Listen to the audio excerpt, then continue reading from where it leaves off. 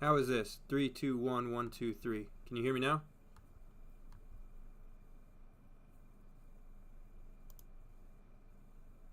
I think that's working. I'm seeing the green line go up now. I'm sorry. I'm not very good at this.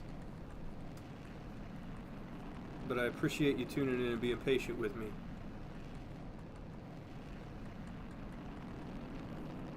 Okay, perfect. Alright, so this is my V2 for the United States. I've said that like 8 times now, but no one could hear me. This is so I'm playing. I used to have a series on my channel called. Am I getting above? No, I need to pull up. I used to have a series called at Astra, where I was playing as the United States, and I got pretty okay with it. I didn't get very far because then my save file got corrupted, and am I turned on my experience? I did not. Okay. This is why I don't stream very often, because I forget to do stuff. I suck at multitasking. But I got my save file got corrupted, and so I couldn't continue it. So I wanted to do something different for bringing that series back. And so I'm playing as both the United States and Soviet Union. Right now I've got the Soviet Union up to the January 1st, 1956, all the way through 1955. With a few of their rockets launched and a few different programs, and now I'm going to get the United States up to that point and kind of either race myself or get myself to a point where I want to get into a collaborative effort between the United States and Soviet Union. So that contract is complete, and now I just need to make sure that we are getting, there we go.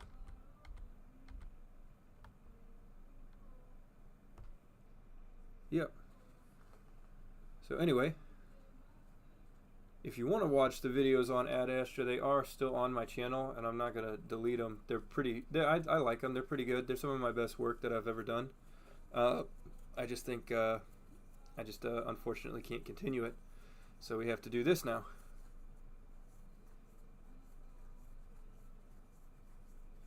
Thank you very much, Kerbal Missile. I appreciate you saying you'll tune into my streams. I'm not a professional streamer, so I apologize if my quality is not as good. I'm gonna be trying to do nightly streams as often as I can remember. And then also fill it in. At least during the week, I'm gonna try and do nightly streams, and then weekends are gonna be time where I'm gonna be working on the videos themselves. So that way I'm not. So that way I can actually get content out other than just streams. That was interesting. I mean, that wasn't interesting. I expected something to break. Usually it's just the body that breaks on re-entry. Every now and then you get to recover one of these, which is pretty cool.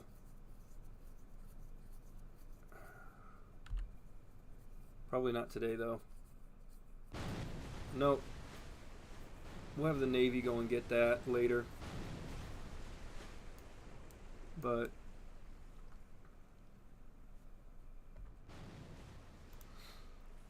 all right. So with that one, we've got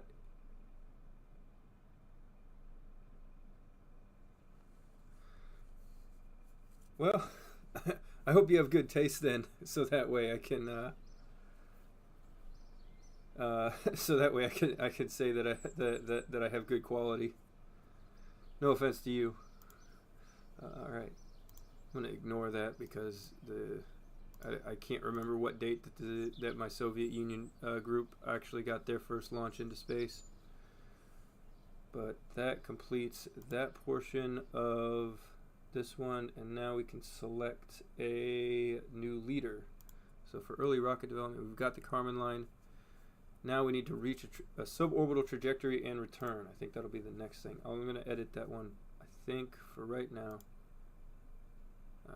Milton was... I'm trying to decide. I mean, von Braun is great, but we have a reputation loss for that one. And this one gives us tighter deadlines.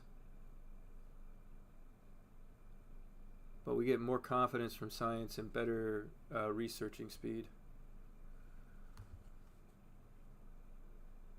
I'm gonna go with Milton. Sorry, von Braun, but I feel like the president is having me work more towards American-made rockets right now. So we'll go with this one because we want to get this done as quickly as possible, and then just because I have a V2 already in production that does half of the work for me.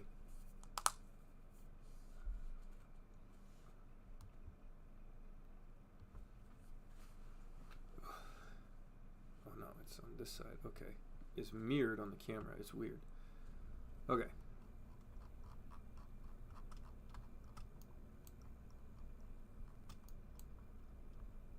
So for recovery, because I don't want to carry that all the way up and then bring it back down. What I'm going to do, actually going to get rid of that.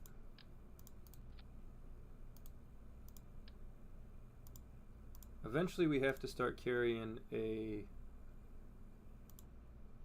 going to leave a place where I'm going to replace this with a service module so I can put sounding payload into it. Oh wait, no. Cone. Wait, no, hold on.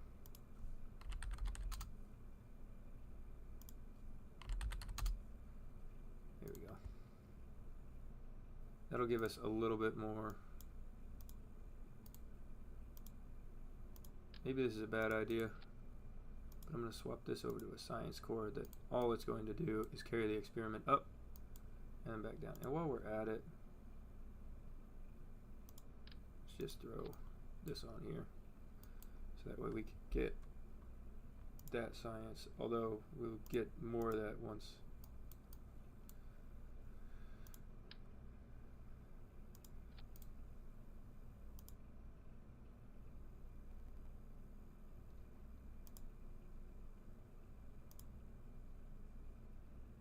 To make sure that this is actually going to work, I'm going to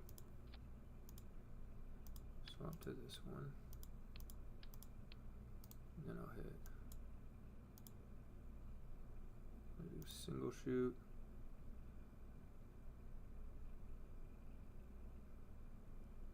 nylon, must go down to deploy on ground contact. All right. That should be a little better. And then we'll paint it. For right now, I'll just do I have stock white on those. Okay. Yeah. And in this one, we don't even need that much electric charge. We can make it even smaller, even lighter.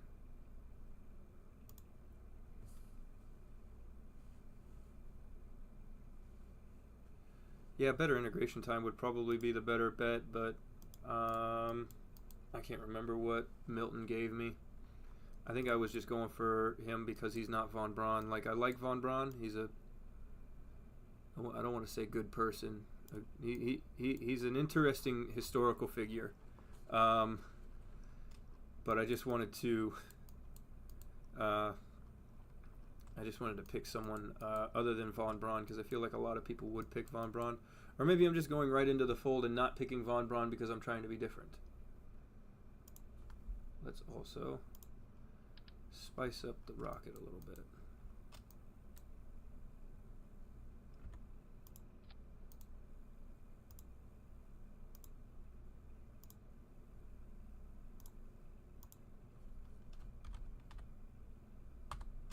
We are past 1947, so that means that the United States Air Force does indeed exist. And that means I can also put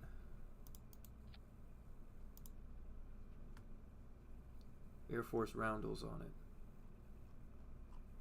If I can find that one. There it is.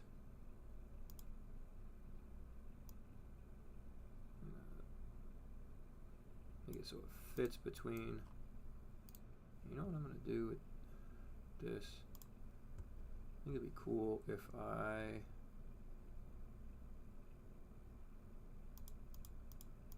see where do they, is there a way that I can move those around a little bit?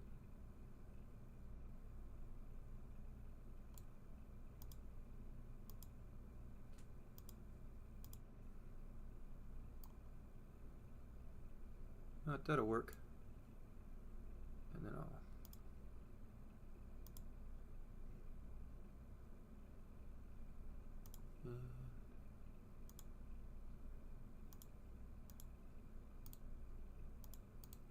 here we go.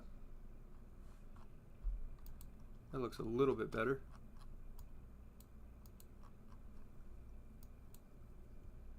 Double check on the integration. We'll tool all those because we're going to launch a lot of these probably. Save those edits.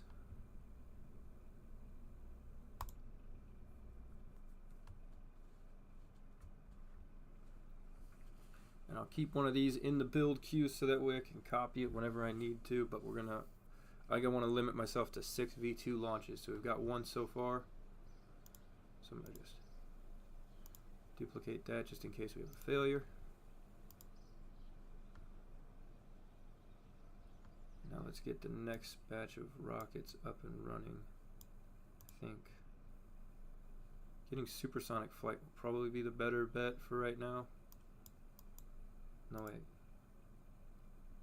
This will give us the service module, so let's get that. So then I can go to early tracking systems to get the biological sample, which we need that for the follow-up. So launchpad. And we're up to 30,000, so maybe I'll just hire. I'm going to hire. Get us up to 100 researchers. And we are good on everyone else. Actually going to remove you guys because we're not going to use the sounding rocket launch complex right now, and actually get you guys doing something good. And that moved us up to December 12th. So let's go over to December 12th.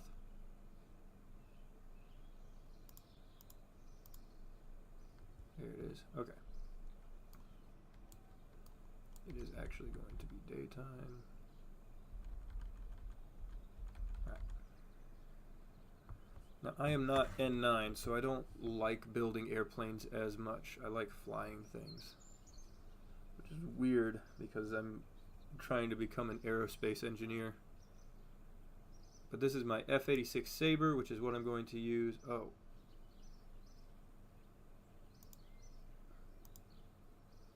I forgot to train my guys. That is goofy. Alright, start training. There be done with that in 24 hours. Sweet. I wish my...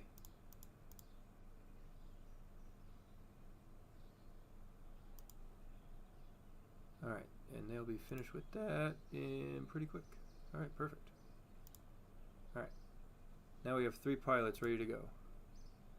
And we're going to have Jimmy here. Definitely put a chute on him, just in case. Jimmy here is going to be...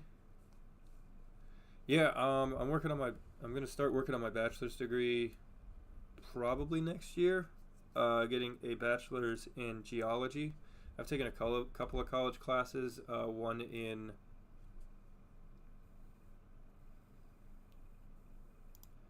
Mach 6 with an X-wing cockpit. Yeah, this is my F-86 Sabre. I keep always trying to build an F-86. It's not the best thing I have ever built. So what I'm going to do, I'm going to set my view to chase.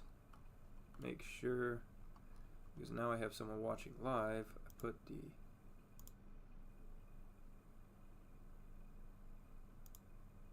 Nope, nope, nope, nope, don't do that.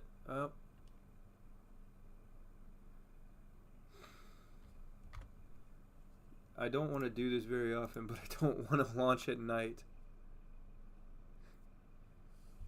The only F-86 that I had for reference is I work at a museum. I'm in their education department. I teach like summer camps and write their lesson plans.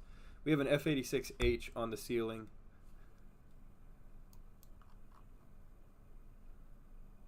Okay. Let's try that again.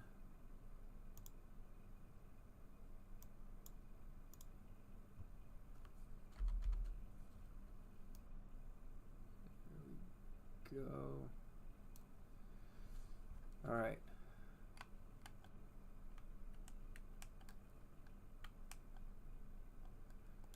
Oh, that's great. Well, at least my controller works for... Why did you save a screenshot? I didn't ask for that. At least that's not showing up on screen. On the stream. So it is barely capable of Mach flight. I have to basically get it up to about 10 kilometers and then put it into a near vertical dive. And then maybe that'll get it above 10 kilometers before it hits the ground. Or get it above Mach 1 before it hits the ground. But it is very stable.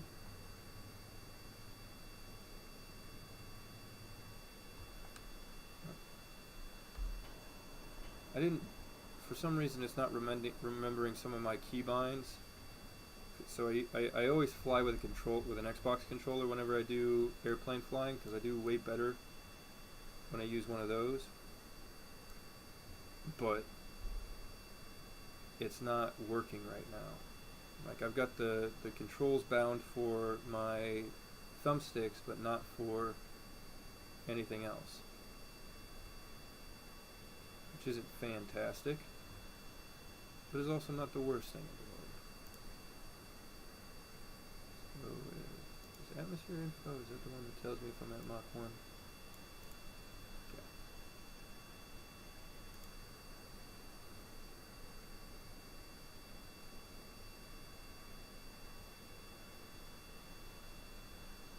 Yeah, I do have a HOTAS, but my HOTAS is broken. I have a T-Flight HOTAS, and that has stick drift issues, and my stick drift is really bad. I used to have a Extreme 3D Pro, which that one lasted forever.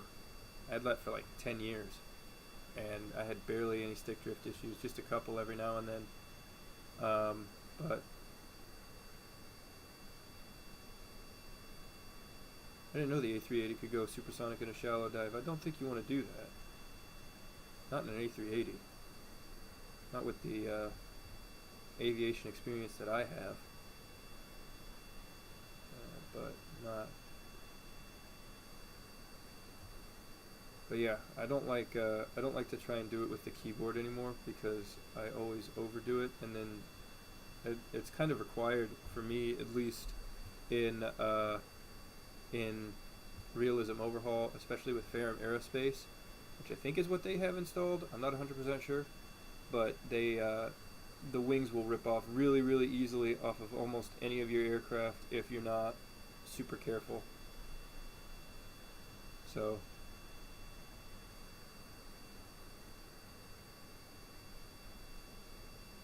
but this is my poor man's F-86 Sabre. You can see the F-86 Sabre inspiration in it, but not quite. It doesn't quite fit.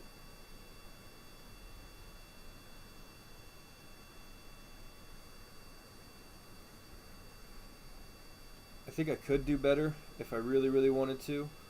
Like, I've got the wings in the right positions, I think. I've got most everything. It's just reshaping it just a little bit, and I don't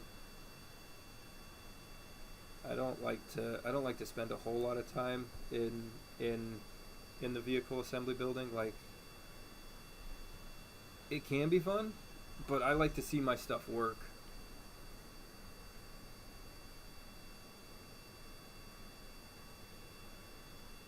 Keep accelerating.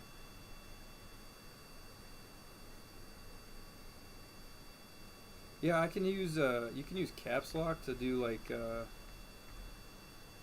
can't remember what it's called, the smooth control, but nobody ever remembers that, and I don't. And oof, yeah, that kind of works with it, but I just recommend just. I mean, most people have an Xbox controller, and Xbox controllers or PlayStation controllers or whichever type of controller is usually pretty cheap. You can even get off-brand ones for like $20. So just get one of those and then bind. Don't use the stock ones that Steam automatically sets you up with, or the stock ones that the game has set up. But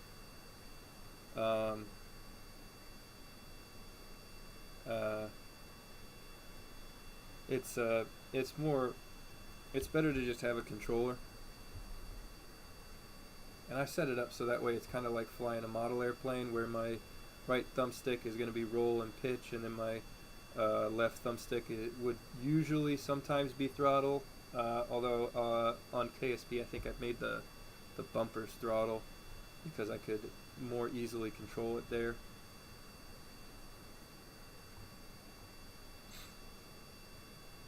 That's 7 kilometers. We're going to get up to 10 kilometers and then we begin the dive. And then Jimmy starts praying.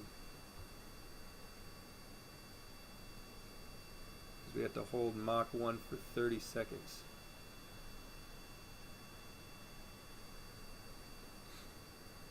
I recommend it. It's a lot of fun. Although I fly rockets with my keyboard, and I fly airplanes with my joystick. So it'll be interesting when I'm starting to build things like the dinosaur or the space shuttle, because I'll have to fly the space shuttle with the keyboard if I can get it to work, and then on landing I'll have to swap to the joystick.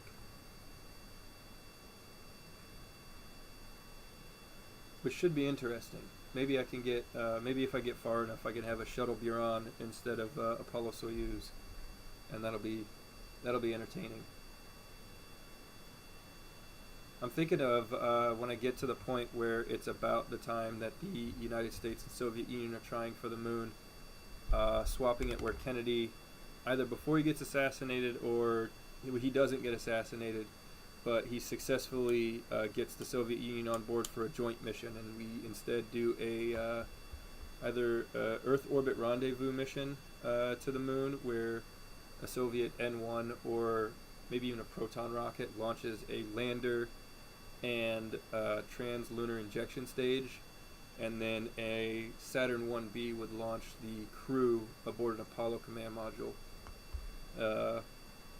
into low Earth orbit. Or maybe even a reverse, where Saturn launches the trans-lunar injection stage and the lander, and it's a Soyuz that takes the crew out to the moon. But I don't think the United States would be comfortable with it with a Soyuz.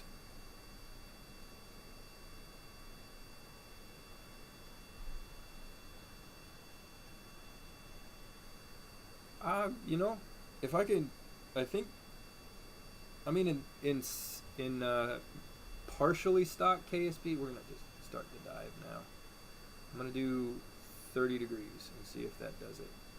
But we got to watch it because the engine temperature over here is going to climb really fast. This engine was not built for Mach speed. At 0.67, I'm going to push it down just a little further. We need to get going faster. 7, 8, 7, 9, 8.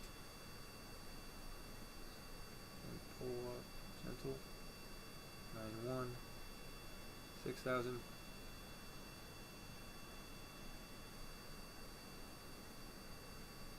Mach 1.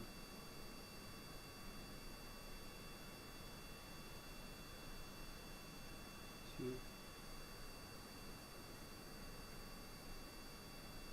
Come on.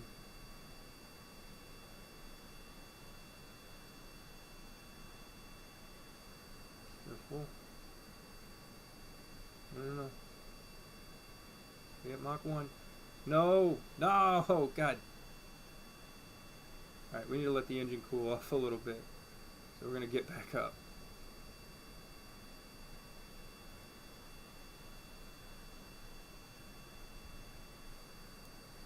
Well, I guess I'd have to do some testing about it. Cause I'll have to look into it.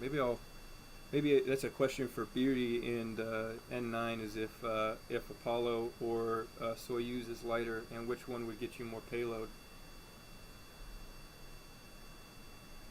Okay, we're gonna do a bit of a climbing turn to try and circle back because I don't want to get too far away.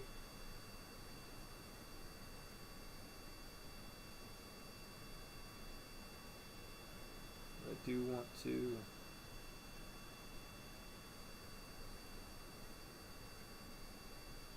I think we just need to get a little bit higher.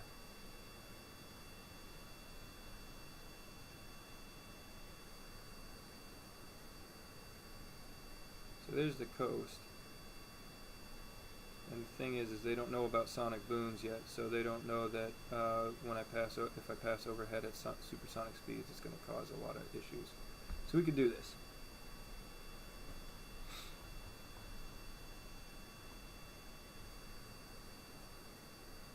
Let's actually put our nose down a little bit more, so we start picking up a little bit more speed.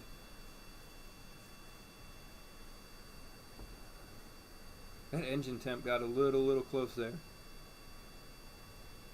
I'd probably be able to do this better if I could make this a little bit more aerodynamic, but then again, the F-86 itself was not the most aerodynamic of airplanes.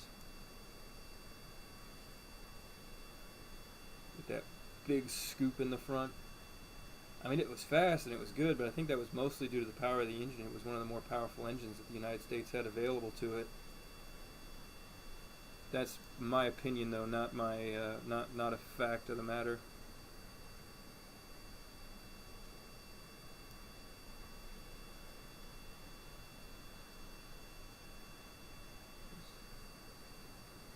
Let's actually get up to 10,000 this time. Maybe that was my problem. Maybe that extra 200 meters would have made the difference. That extra 5 seconds.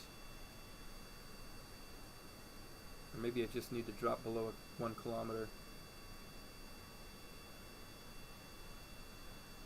Jamie, how good is your life insurance, Jamie? Jamie actually lies to his life insurance provider about what he does. They think that he is a banker.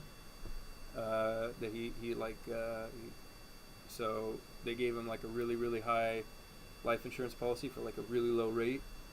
So, and he's got his last wishes are in his will that it was not an experimental airplane that he crashed in. Technically this is fraud, but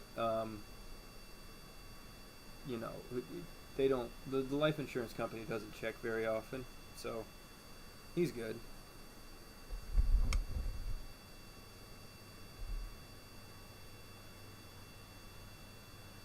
And technically he is right, because he does make bank in this job.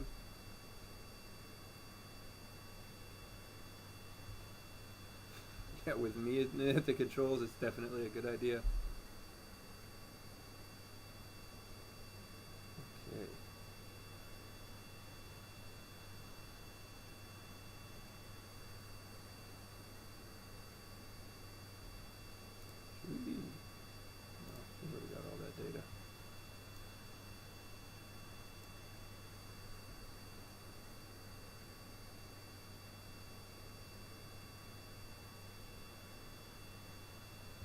Nah, no one's gonna know, you know? It's the 50s. Airplanes crash all the time. Have you seen the C-47? I mean, it's a beautiful airplane. Wonderful, but, I mean, they were crashing left and right back in the 50s. There's got to be one that's going to line up with the same place and time to where he was.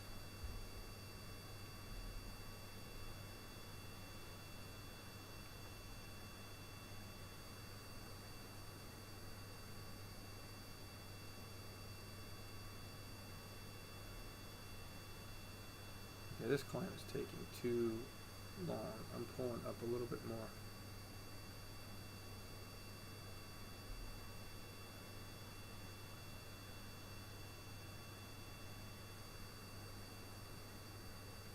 Now we're really getting into problems, so I need to pick up some speed.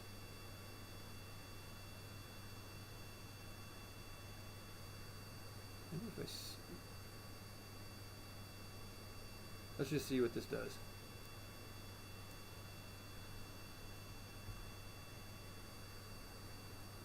Point 0.5, 0.6, 0.7, 0.8,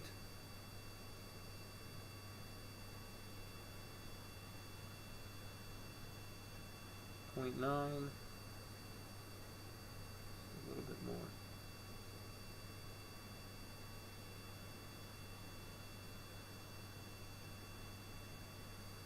We're at Mach 1.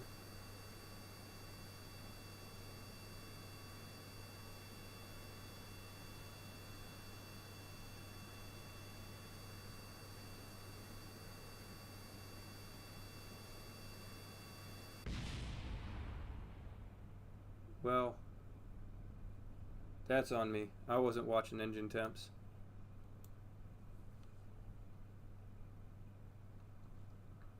Now we have to water land this thing and build another one. And we don't even get any science out of it. At least it was just the engine that exploded. Just the engine.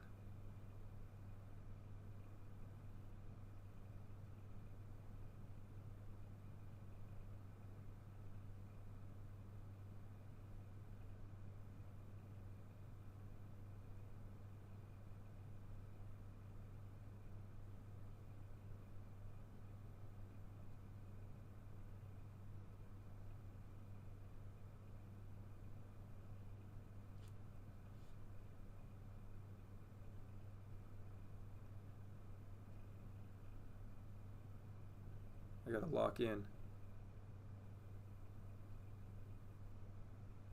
for this.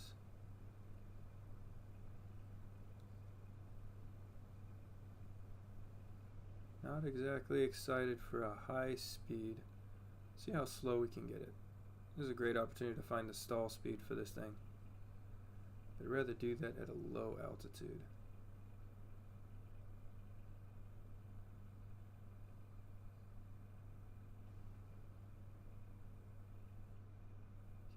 All we need to do now is get it slow. Just get it slow. Just keep it, just go slow, Jamie. Try and like maintain altitude. Should.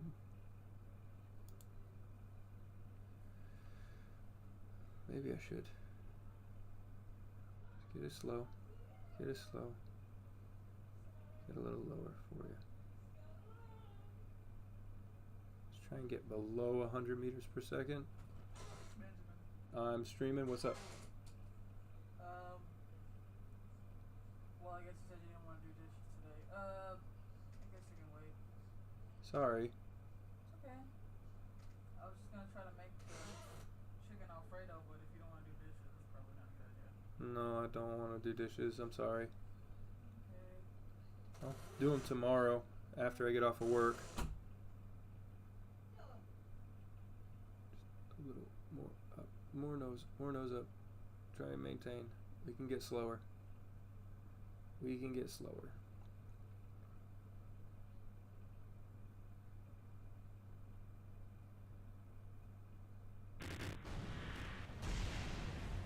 well. It's a good thing he had that life insurance policy. That was interesting. Alright. Rest in peace, Jamie. That was frustrating and embarrassing. He wasn't even an astronaut yet. We don't even have that term. It's 1951. Okay. Well, now we need to build another one. I did test this. I did simulate it, and it was able to do it. But while we're here, let's. I wish there was an option for the P-40 cockpit to have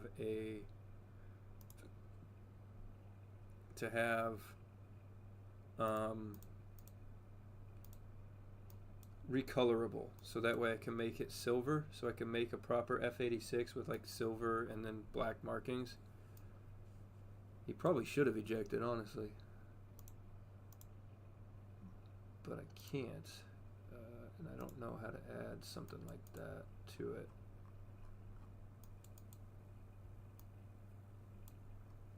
So instead what we're going to do is we're going to make it look, I'm just going to add some decals to it.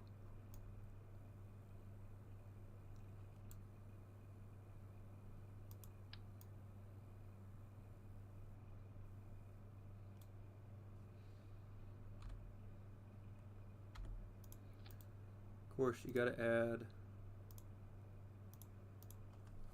USAF onto the side. Very important for every Air Force aircraft, especially if I'm going to be landing it in the ocean now. It's a great way to get the Navy to make fun of me.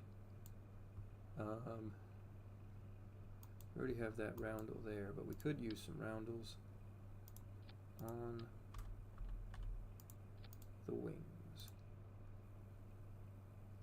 So let's throw another US Air Force roundel on there. Scale it down just a little bit, and then I want to rotate it so that way it's in line like that.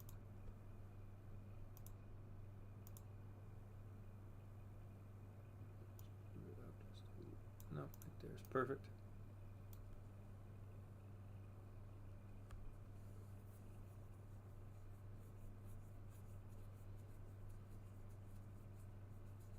No, I put a parachute on him, and I have ejected out of this cockpit before. I just wanted to try and land it because it's cheaper than building a whole new airplane to just slap another engine in there.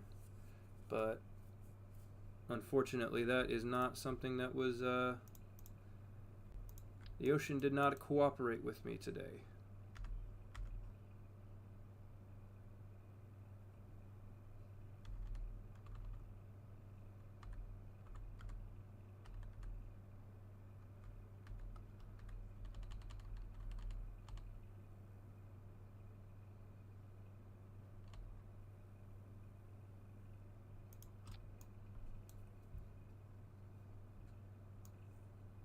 Hold on.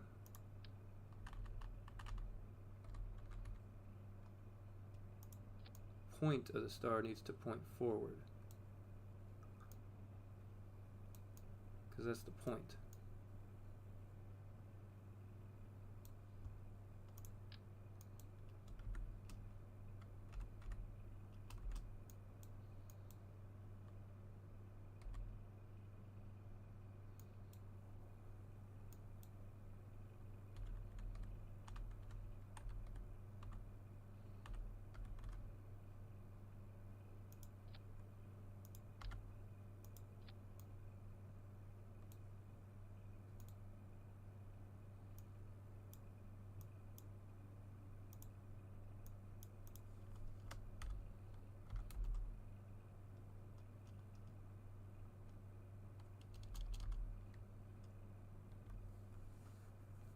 Let me think. Number, good number.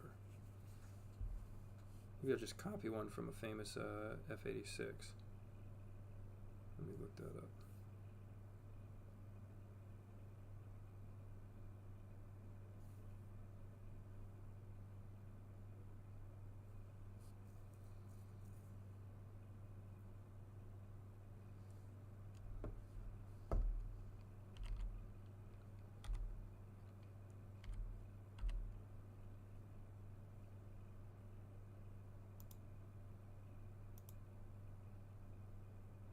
I think Calibre looks good for this one. And what we'll do is we'll copy it, put another one on here.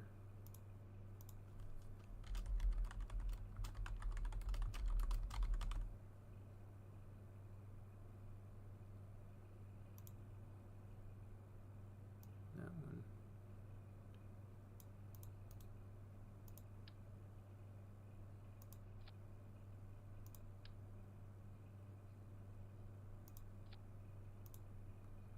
There we go.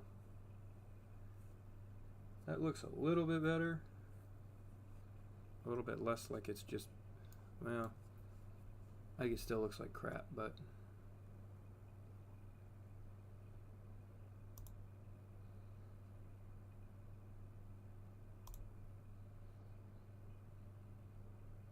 I don't want to throw two, well, they only cost $373, so might as well throw two of them on there.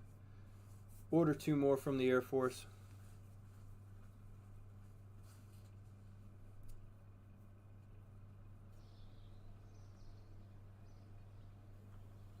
At this point, the NACA is just telling the Air Force to feed them more F-86s. Wow, we lost a lot of reputation for that. Okay. Up next. Okay, next rocket, 03. Oh, these are going to finish pretty quickly. And these rockets take a while. Okay. We just go straight to post-war rocketry testing complete and get another F-86 Sabre.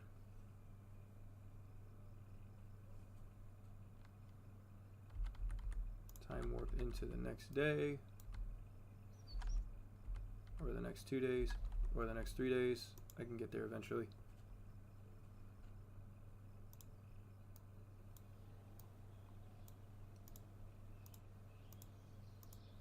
Might as well get some of our money back, if it is 10 cents. Let's go a little, want the sun a little bit higher. Easier to see the runway. Okay.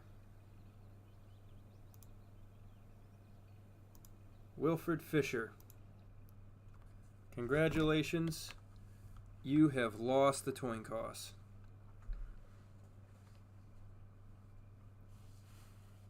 And unfortunately, Wilfred is a little bit more of an honest man with his life insurance policy. So his is a high rate, low payout life insurance policy.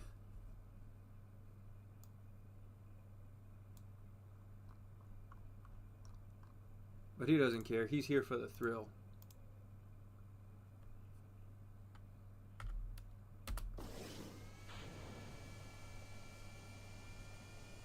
On this morning, January 30th, 1952, Wilfred Fisher embarked on a journey to the heavens to race thunder and I don't know what else. I don't know where I'm going with that.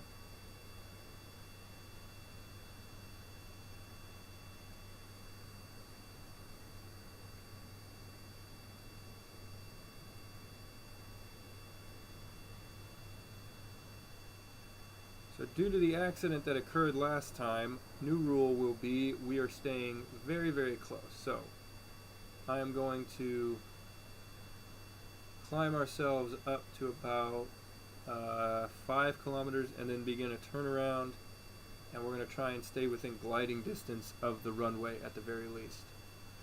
The one thing I don't like about, I really want to uninstall whatever adds all this to it, because it's 1951, none of this infrastructure is there yet, so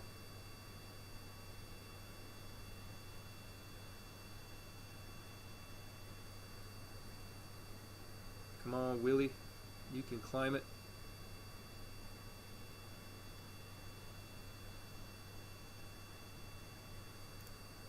Let's get rid of some of these while we're here. Open this one up. I'm going to begin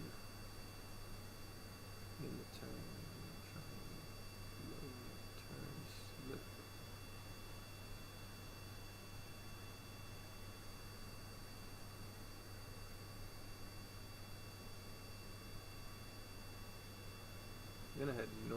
a little bit.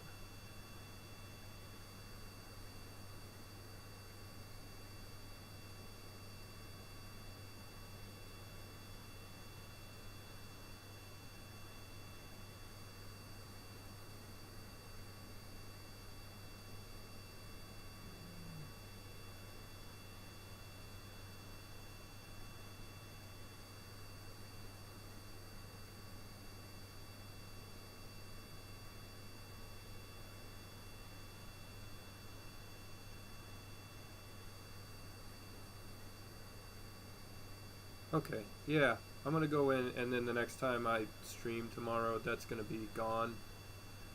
And then we're just gonna ignore that this ever happened. Or at least the pads were there, because they shouldn't have been.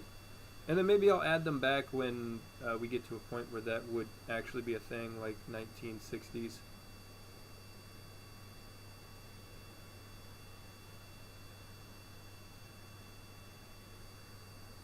Alright, we're at about 5 kilometers. Let's be the turn. We're going to go down to 270.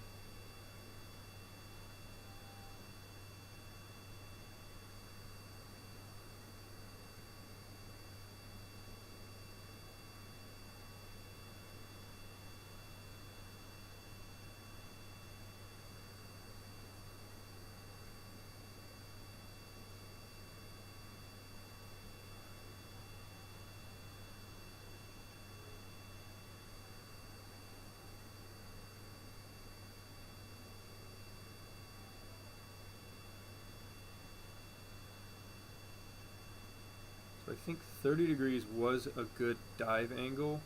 That was good enough to where we could dive and still be able to like have enough time to pull ourselves out of that dive at lower altitudes. And it's just Mach 1, so it's not actually all that fast. I say like 765 miles per hour isn't actually all that fast.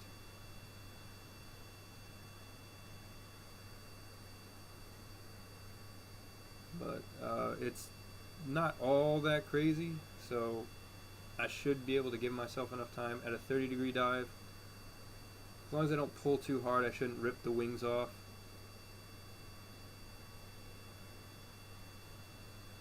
As long as I keep an eye on that engine temperature. I'm trying to point right here. It's the engine temperature over on that side over there. That as long as that doesn't get too high, I got to keep an eye on that.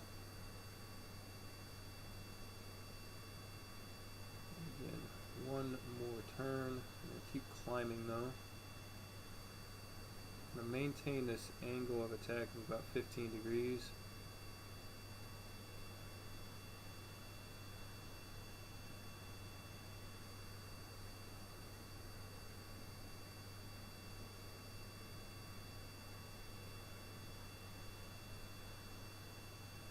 Up some more speed. There's our runway down there. If you can see it, we're going to think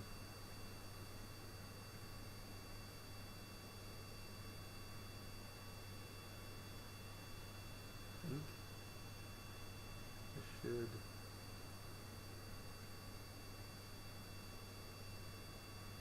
push the nose in just a little bit more.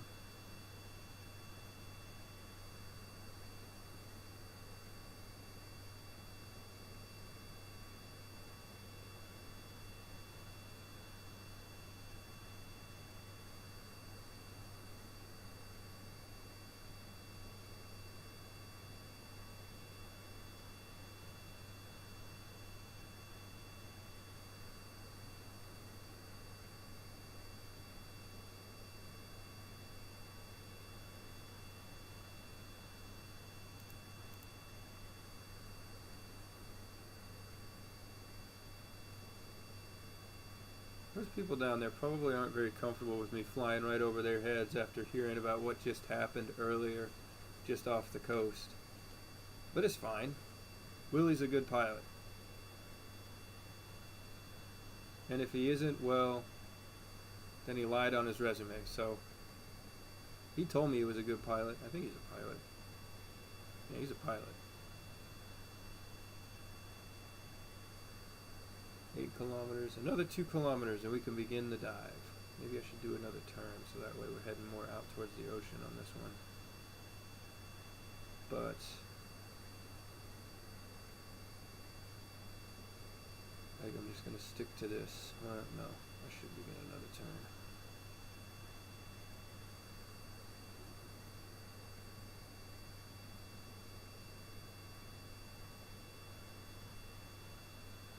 At least for going out towards the, at least for the purposes of going supersonic, we should probably be heading out to the ocean.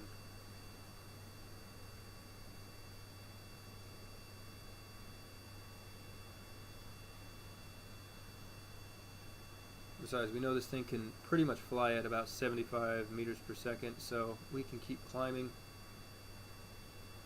It's just going to take a while. It's going to take forever, because this thing takes a while.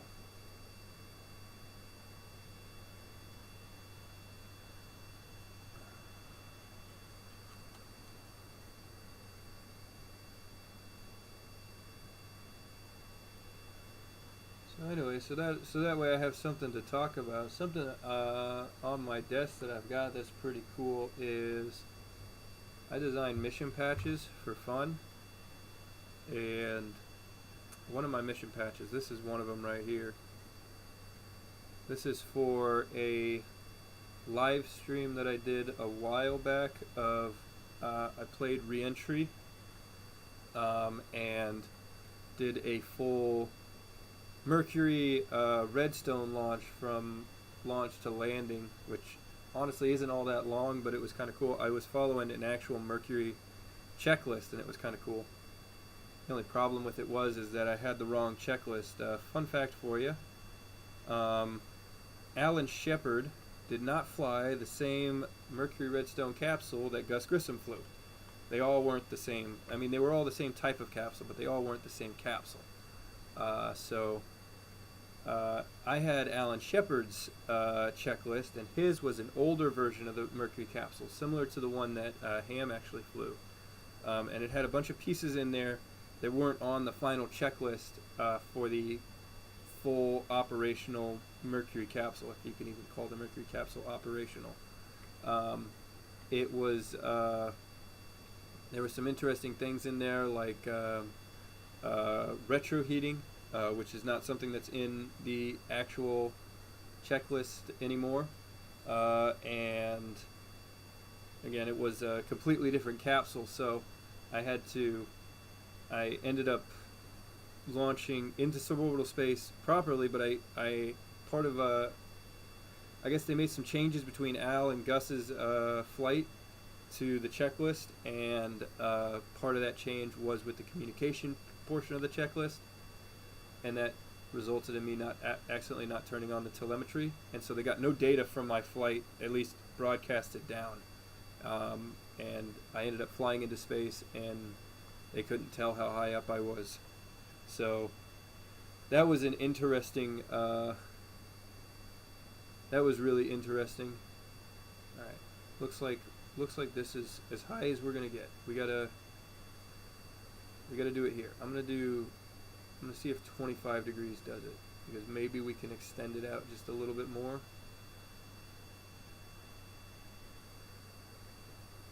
Point 0.6, 0.7,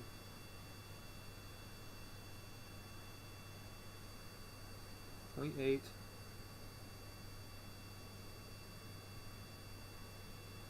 do it. Come on, just a little more. 0.9, just a little bit more. Come on. Heating looks good. Where my game froze. No, we're good. 1.0. We've reached Mach 1. This is the longest 30 seconds of my life. 0.102. 0.103. Beginning a gentle pull up. Come on. Stay with me. 10, 8, 7, 6. No! Oh, again. Pull up. Come on, please. Please, please, please. Please don't freeze.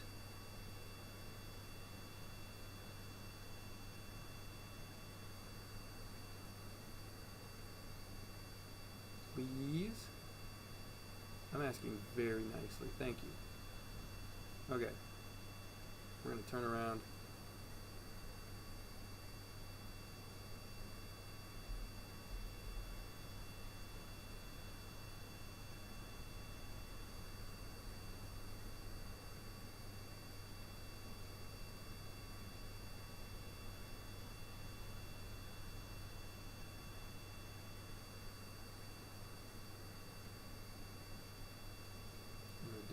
Aggressive climb to try and gain some of that altitude back. Really, really close. Oh yeah. So anyway, yeah, that was interesting, and I'm planning to do another stream like that pretty soon. I'm waiting for myself to get back into a good condition, but this is the new patch for that one. This is for Adventure 2. I'm really, really proud. This is my favorite patch that I have designed, mainly because of the eagle flying over the east coast of the United States with the moon and Mars both rising in the background, because that kind of the representation there is, of course, the United States orbiting high above with the moon, our next destination after low Earth orbit, rising, and then Mars, the destination after that, rising behind the moon, which I think is really, really, really, I think it's a really cool way to do to kind of do patch design. I'm a big fan. I love sort of that symbolism in patches. So for Adventure 1, the patch, of course, I've got the Redstone rocket with a Mercury capsule on top, flying over the United States. I'm from Nebraska, and so I put a big Husker N right on, right about where Nebraska is. I'm not too big of a fan of how I did the United States there with that kind of gradient that goes from green to desert brown.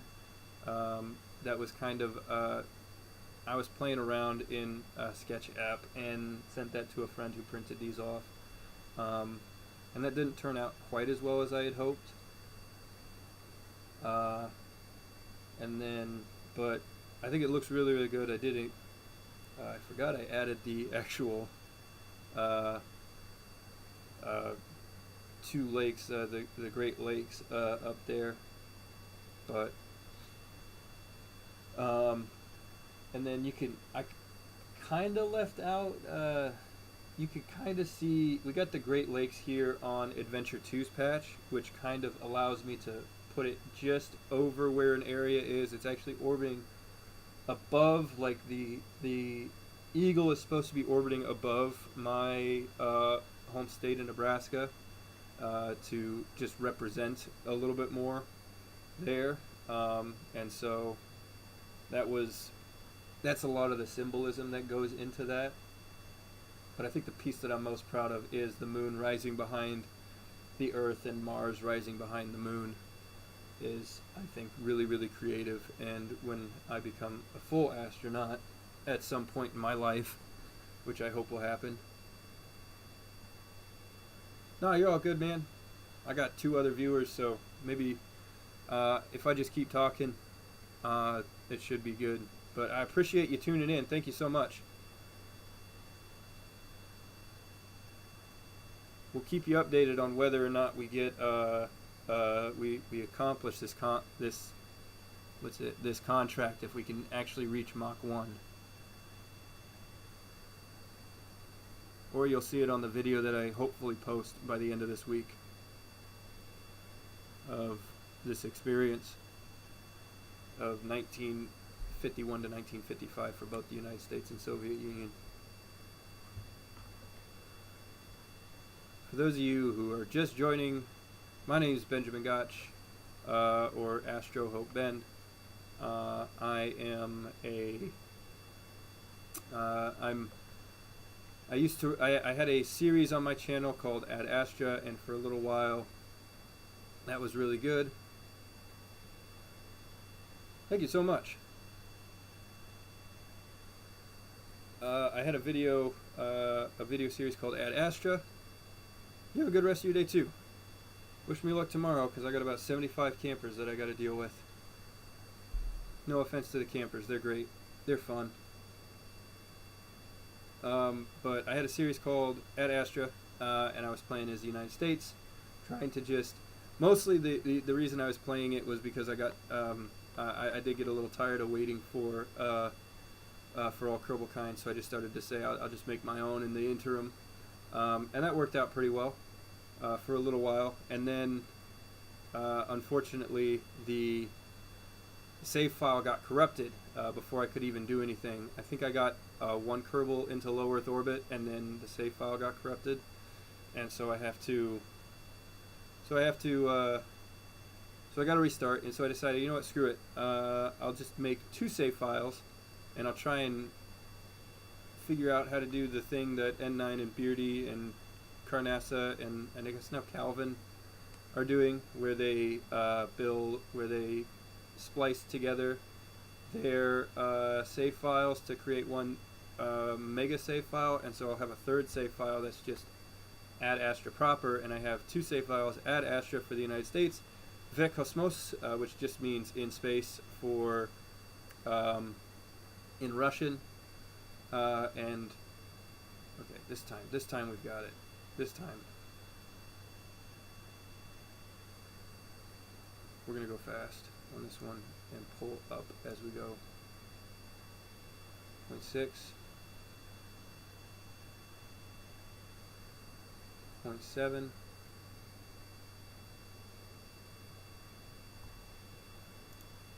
0.8, 0.9,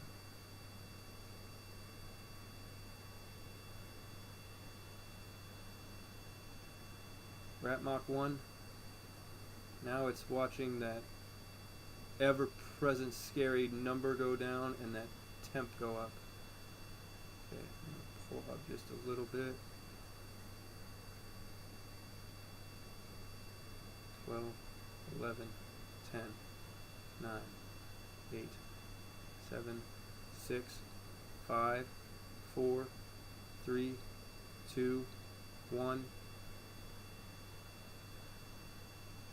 Did we do it, or did I blow up the engine? While the game is frozen, place your bets. We did it.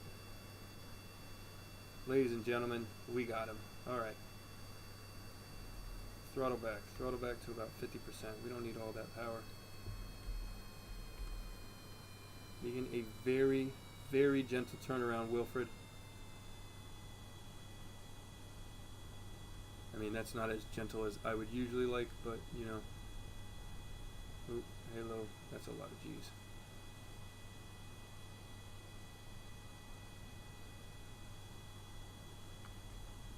Let's really throttle down here.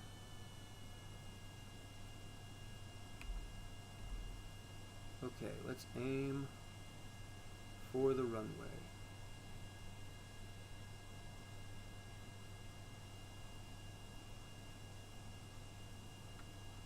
I'm going to drop us down to about 150 meters per second because I don't want to be coming in this fast. But I also do want to keep the engine running. These old Cold War era engines, I mean, I guess all engines that the United States uses at this moment, pre-1992, is all Cold War era. So even the F-16 and the F-15 have Cold War era engines. But these early Cold War era engines, these early jet engines, they all have like really, really long spool up times. So you can't do what you would normally do, which is throttle back and then try and push it forward if you don't feel like you're coming in. You have to kind of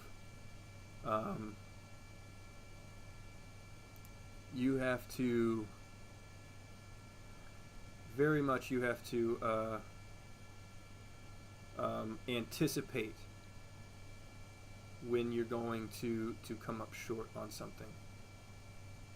And I am going to be very, very long unless I can bleed off some speed. So let's do a couple of wide turns here. We're going to keep our speed coming down. I also want to be descending while I do this, but I don't want to come in too fast.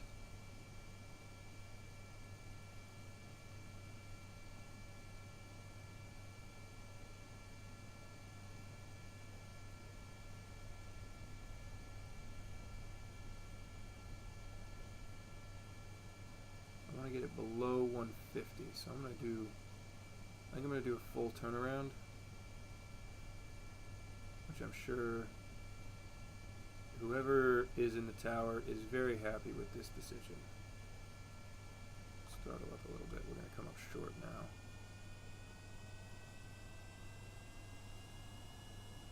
Yeah, hear that real slow spool up time there? Alright, this is probably a good speed that we want to be at, so I'm going to throttle back down. We just maintain. I think I can extend my landing gear now.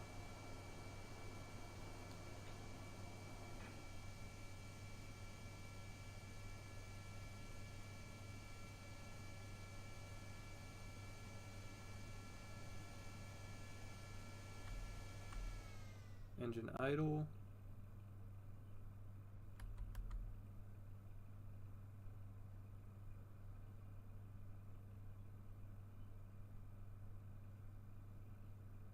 We'll be fine. We'll be fine. We'll make it. We'll make it. Bring it down. Just bring it down.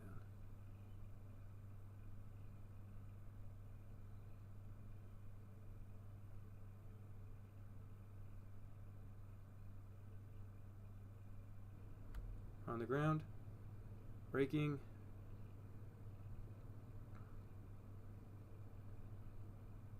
End of the runway's coming up really fast. But I think we made it.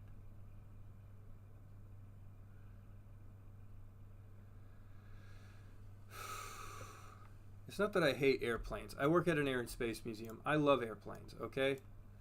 They're wonderful. I hate flying airplanes in this because I get so stressed out, especially when the contract requires return home safely. But there it is. Break the sound barrier. That should help a little bit with our terrible reputation now. Holy cow. That was crap. Ugh. My fiance is cooking.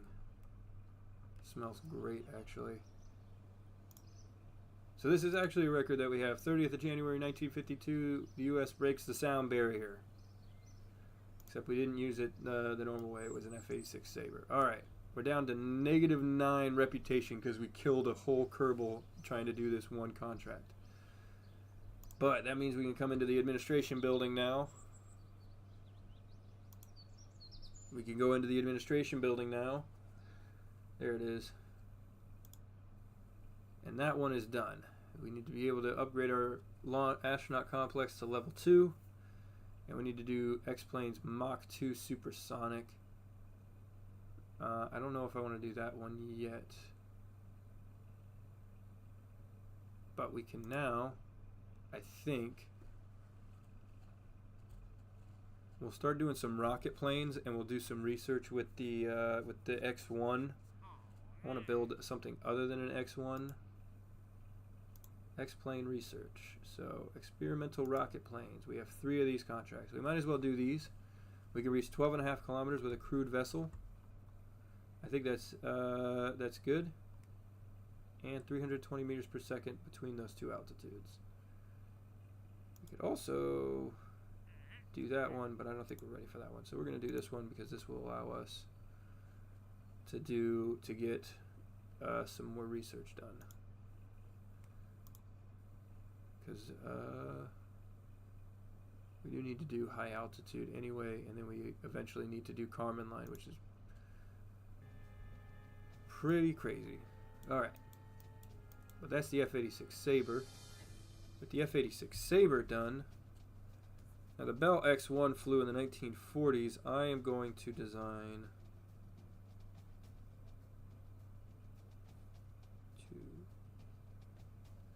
Let's do an X2. Because that's kind of where we're going for. So it looks, and it still flies from a B-29, so. But it's got the swept wings and then some upper tail segments. So let's try that. I'm going to set my controller down. Now we need to build the Bell X2, which is actually kind of cool because it's got a nice white paint scheme with a big U.S. Air Force, and U.S. Air Force 6674 is the number on that one.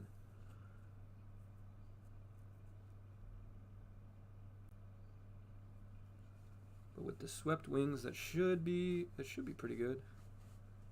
I'm going to stream until 10 o'clock, so we got about another 45 minutes of stream time, and then I better get going.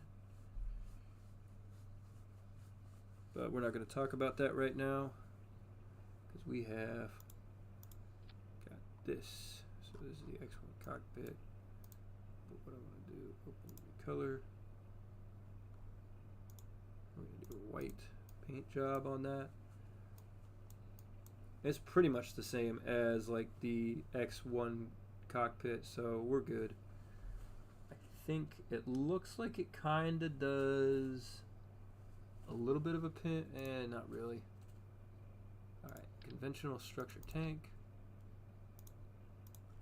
1.25. Go. And I think the length of that tank,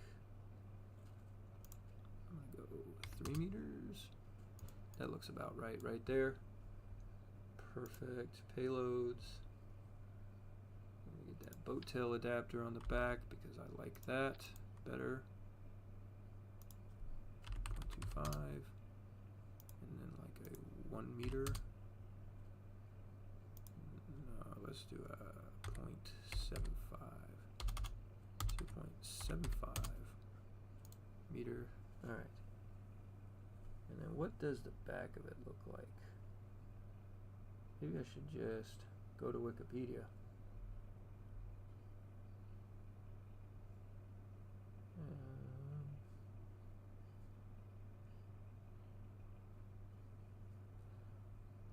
Operational history.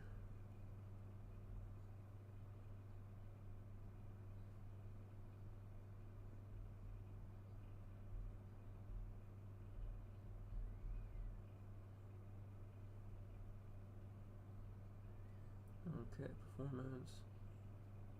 Power plant, 1 Curtiss XLR 25. I don't think I have that one yet, so I'm going to do I have it unlocked already? I think I do. Should be over here. The XLR 11, I think it is. There's the XLR 10. Where did that other one go? Oh, there it is, the XLR 11. We're going to do 2 XLR 11s. Stacked on top of each other. There should be more than enough to get us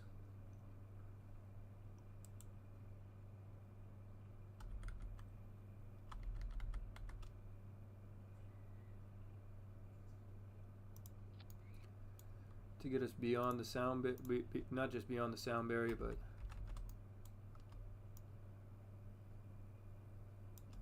right about there, and then I'll pull.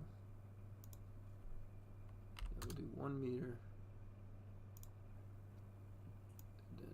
Pull that back.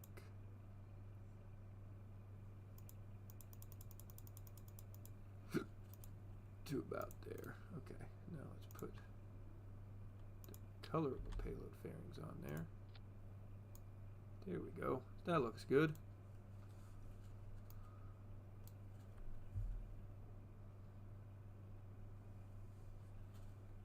Alright. Now for the wings. I'm going to try and go a little crazy with this one. Alright, so really fast.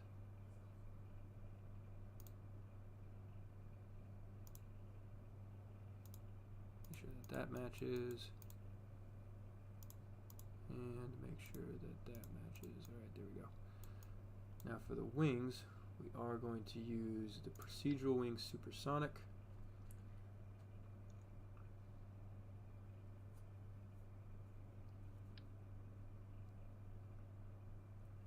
This kind of went right about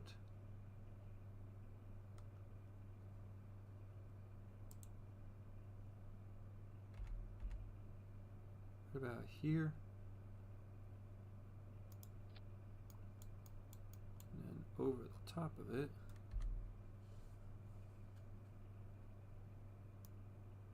that down,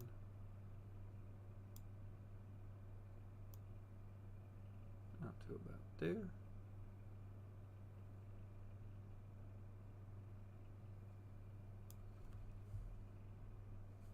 Span 32 feet.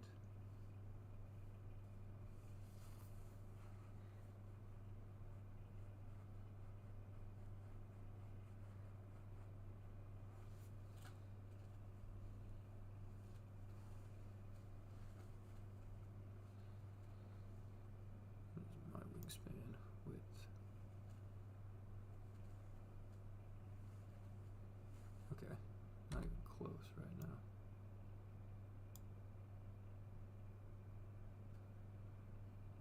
So its width is 9.8 meters. So if we just pull this out to about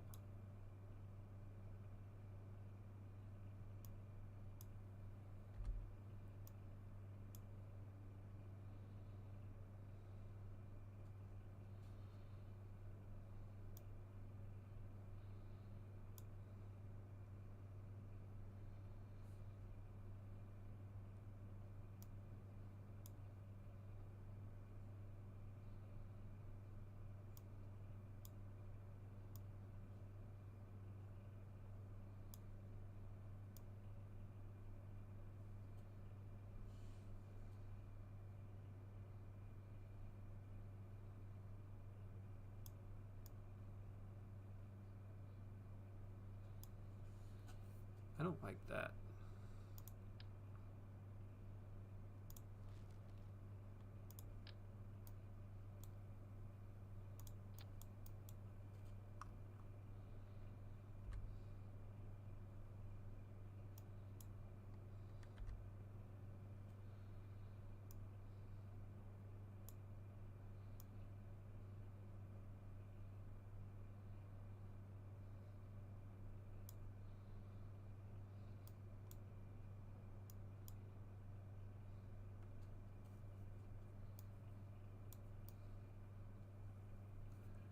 That looks way better.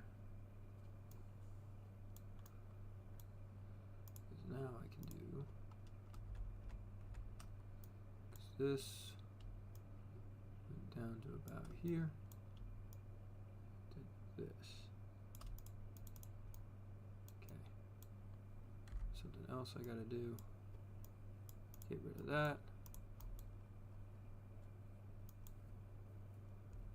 Oh, and there was one more thing.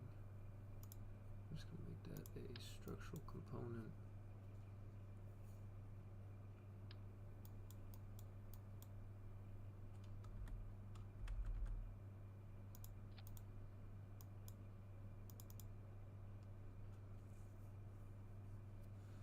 Let's make that real small, like 0.25.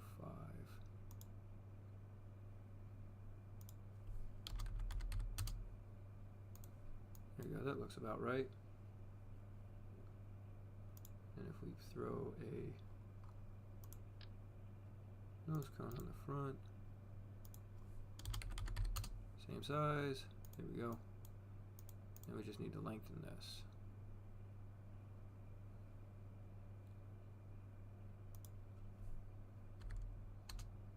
Oop. Wrong one.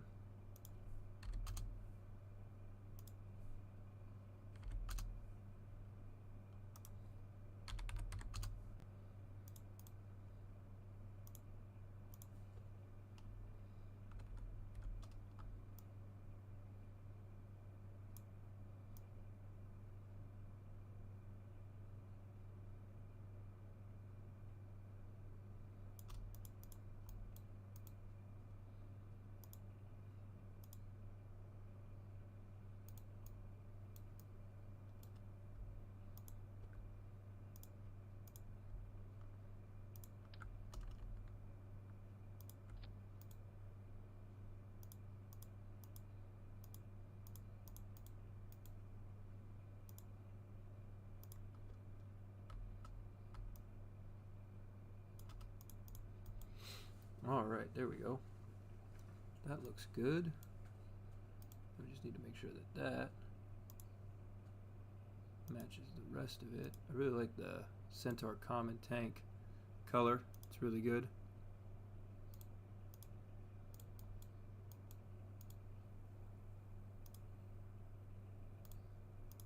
Here we go. That looks good, I think. Ish. Maybe. Yes, no, maybe so. I don't know.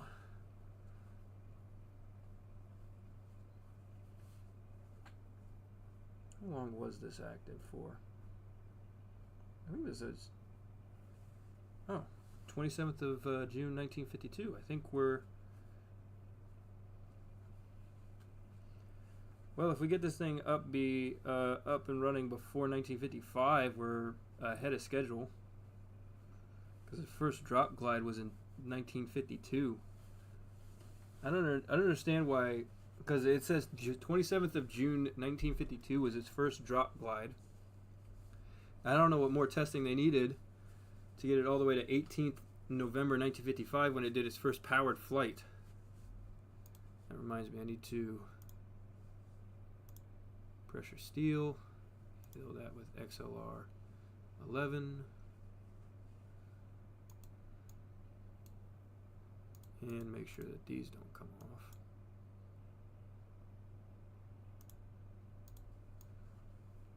Maybe I need to make this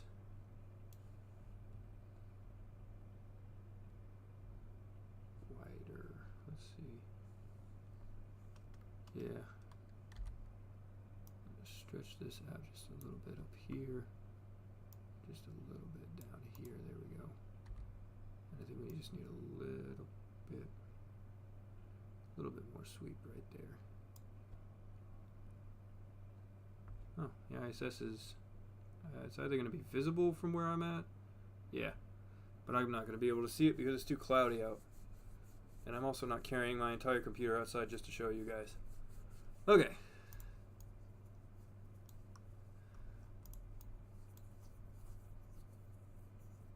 Now what we need are control surfaces.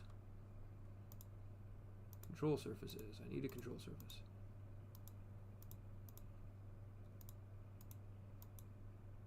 Oh, I'm still in. Hello?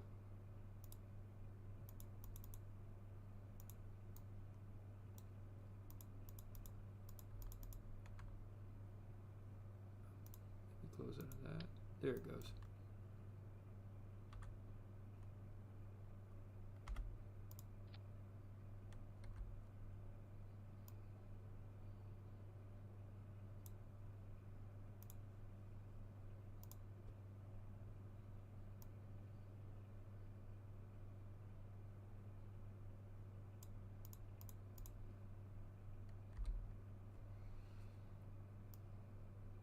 Oh, I have it backwards. I know it doesn't matter, but, well, no, it does to me. Okay? It matters to me that this is put in the right way.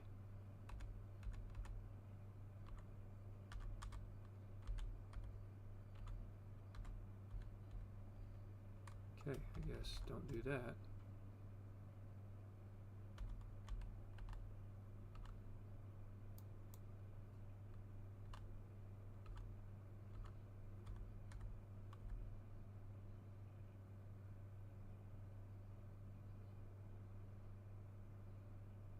Can we work together here?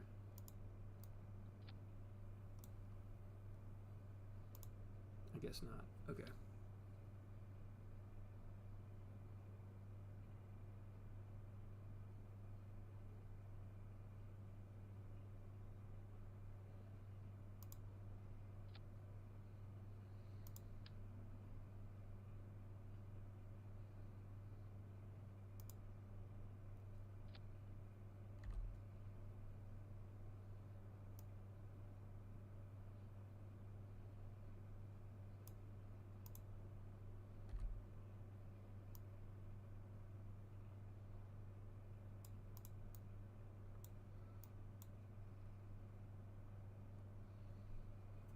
Okay. There we go.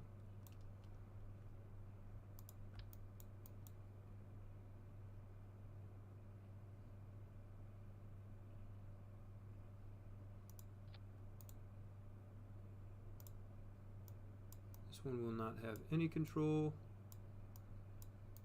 Maybe I'll add it as a flap later, I don't know. And this one will be roll. There we go. Okay. Now it looks like it was a full moving control.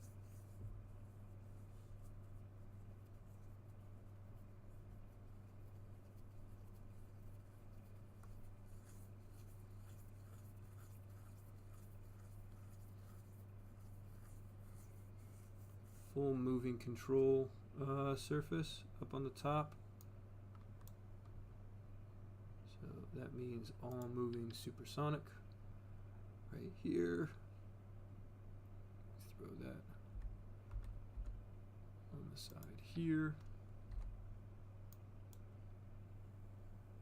That is pretty small right here, but also still kind of swept back like that.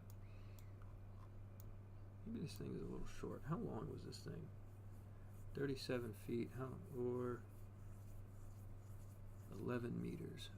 Mine is 7 meters, so let's lengthen it a little bit.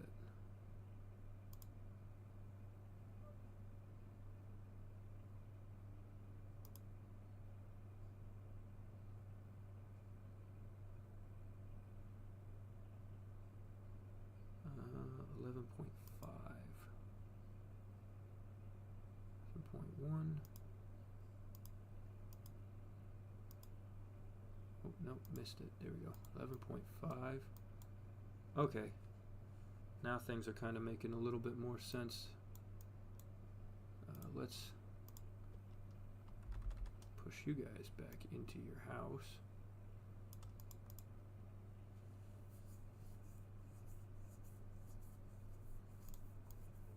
You know what? I don't care. That's fine. That looks fine. That looks correct. And that's the important thing, is that it looks correct.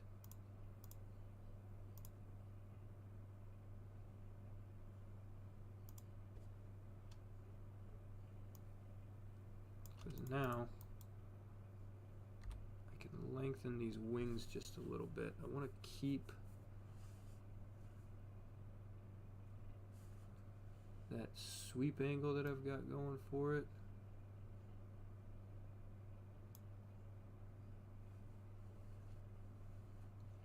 But I still want its wingspan to be 9.8. So we're just going to kick it out to about there. There we go. And we're going to do angles to divine wings. Wing sweep back needs to do that.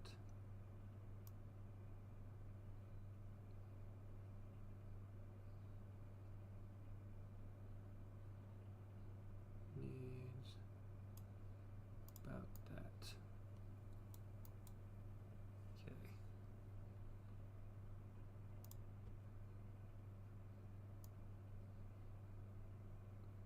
Move that to about there.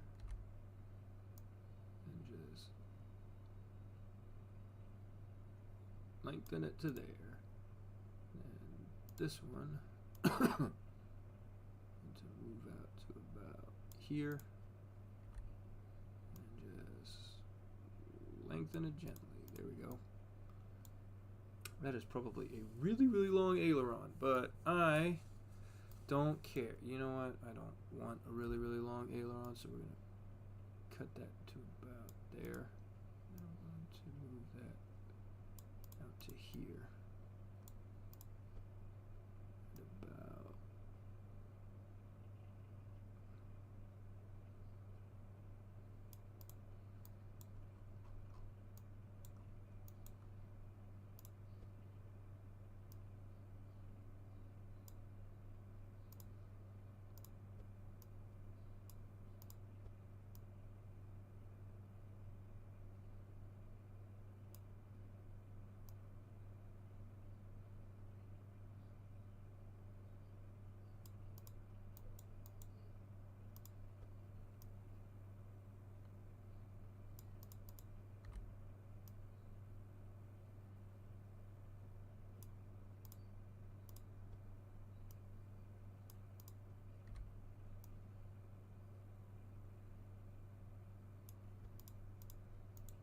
Okay.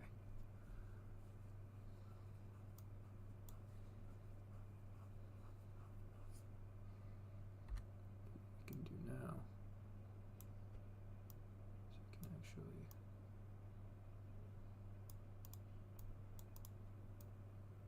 Here we go. That looks a bit better.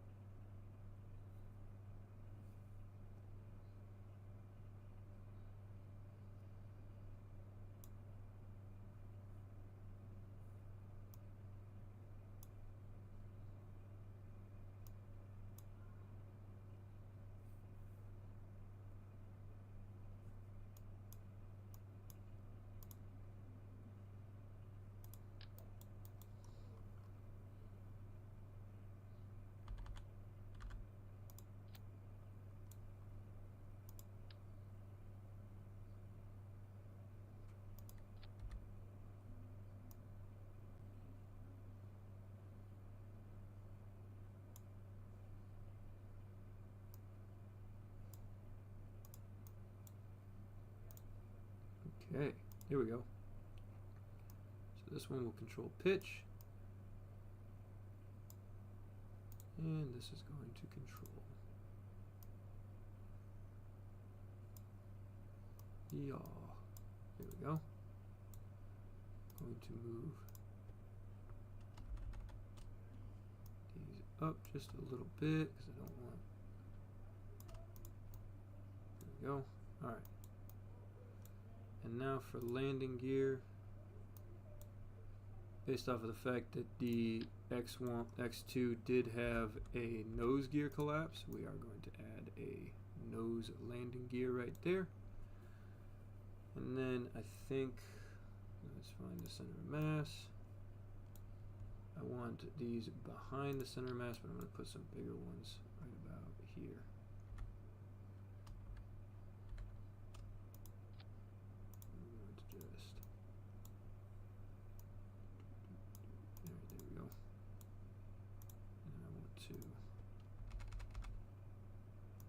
Stretch those out a little further. I think something else that I want to add to this one is we're going to add a radial parachute.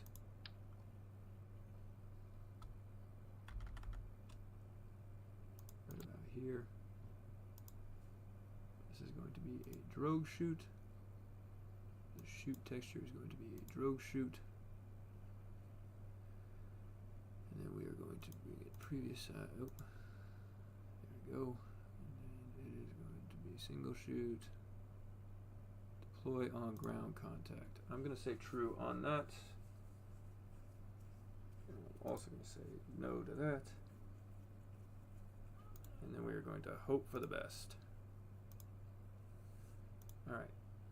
Next out of that, I want to hide this just a little bit down into here, right about there. Hopefully that still deploys. Okay. Still got 20 minutes left. It's a really, really thin landing. I think I'm going to... Ooh, you know what?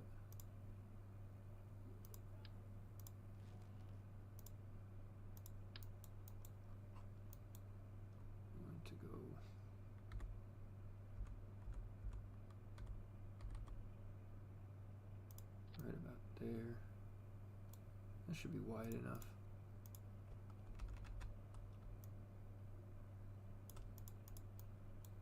Okay, now let's make sure that once it shouldn't move too much.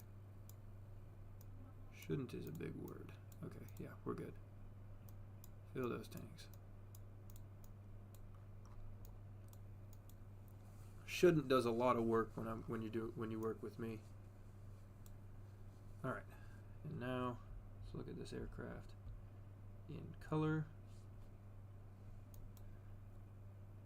It looks about right, so I think this is good. Just need to open up this thing, pull it over here so that way it's out of the way, get everything colored properly.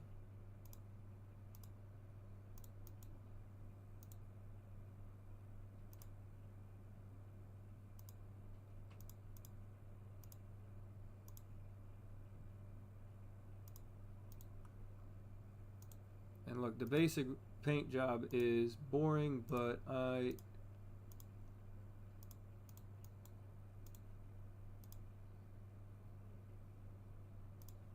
don't care. I really don't.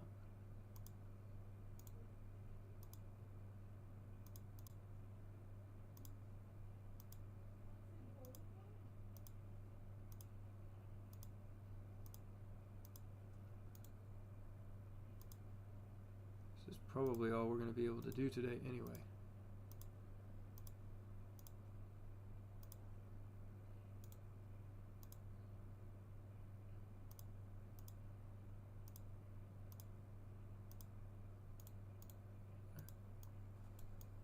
I'll slap some labels on this thing.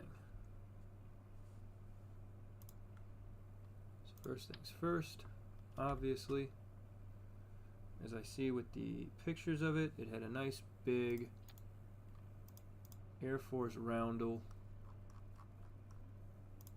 right on the front there. Scale that down just a little bit, right about there. Nice and big, perfect. Then on this wing,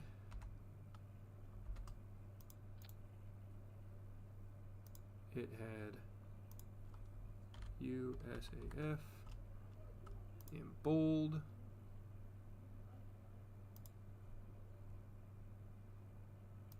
Scale it up a little bit, and then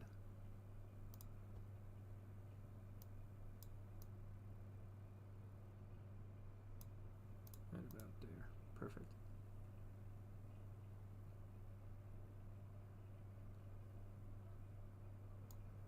And based off of that picture, it looks like they alternated wings.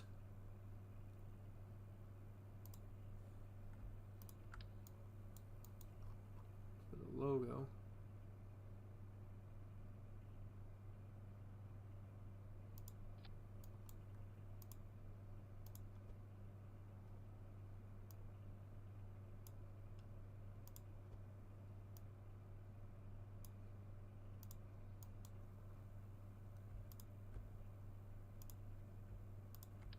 Roundel.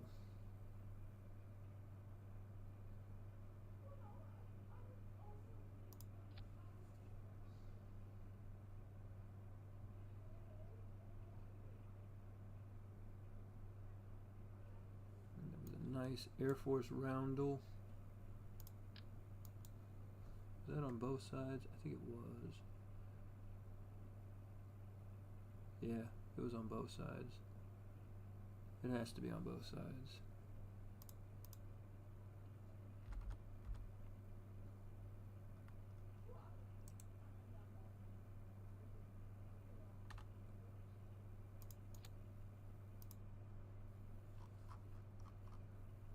Another USAF. That's perfect. It actually had wing. Looks like it actually had wing like drags rather than wheels, so they're pretty far out on the wings. So why don't I move these a little further out there. Perfect.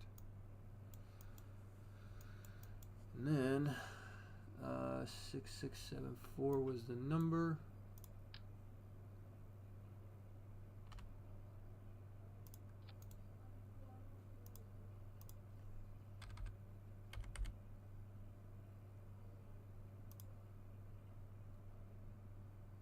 Just a little bit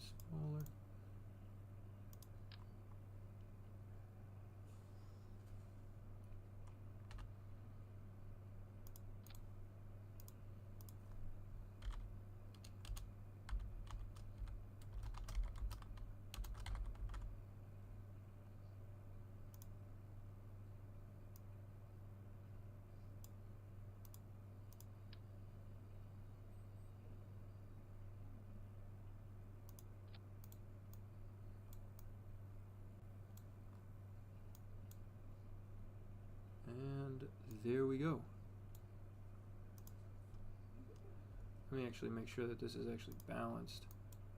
Oof, okay. I would like something a little bit more maneuverable than that. A little bit more. A little bit more. There we go.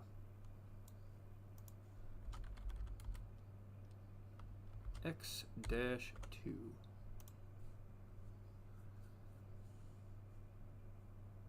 So before we do anything, let's simulate it. Disable part failures. I don't need that while I'm testing it. Alright. This is just a simulation. See what happens. Hopefully it all goes well.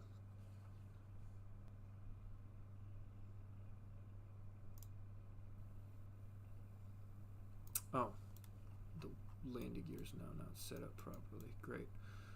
That's alright. It'll probably shift back. Let's just...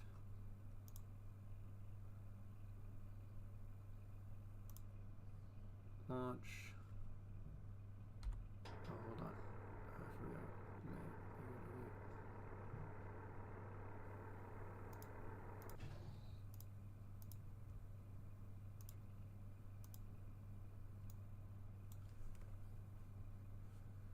Three, two.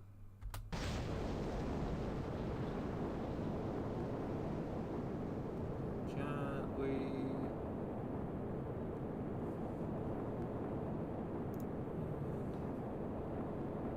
Let's just see what this thing can do.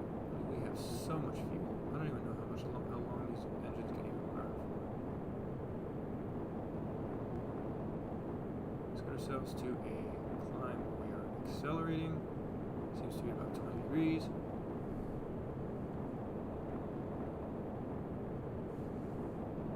Okay. We want to reach 320 meters per second between 10 kilometers and 12.5 kilometers. Push those landing gear back a little bit more. Should be fine. Other than that, so we should be alright. At full throttle. Just need to get that last.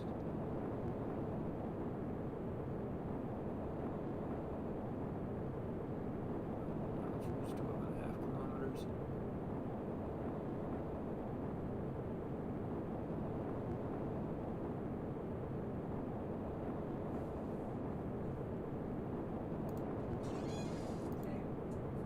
Okay, thank you. I'll come out in a minute.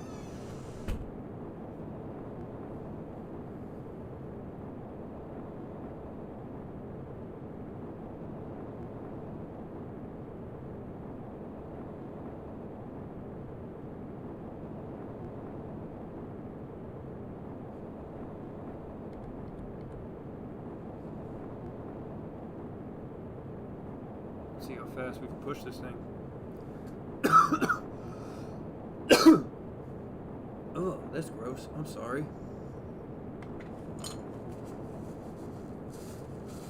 Just coughed some crap up.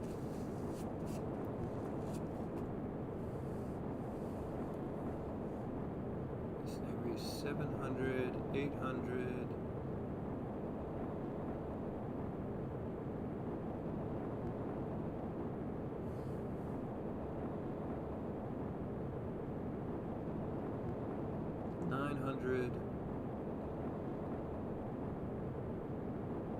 Can we go for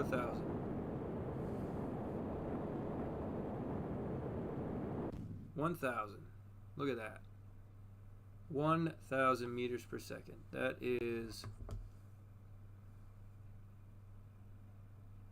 1, 2, 3 meters.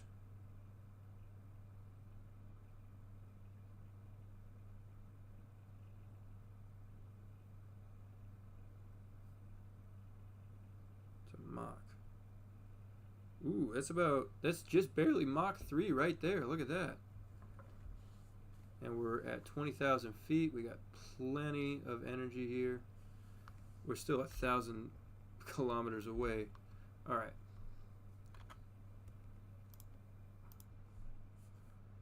So a couple of edits that we just need to make, and then we'll do another test. This time, like 200 meters away, 200 kilometers away. So first off, let's make sure. Yeah, that was a big mistake by me.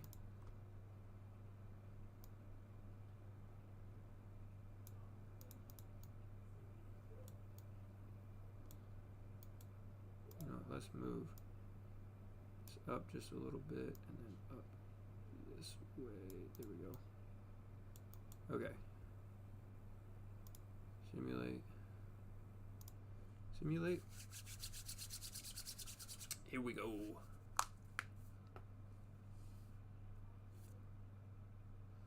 We're gonna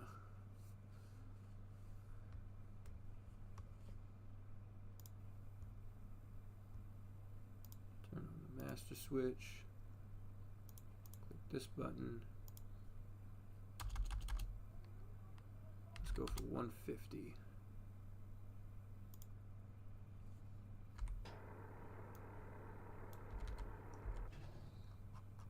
we go.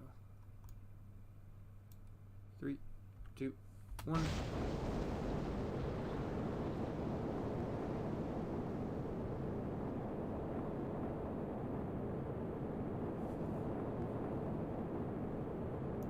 Make sure again that we can complete experimental rocket planes.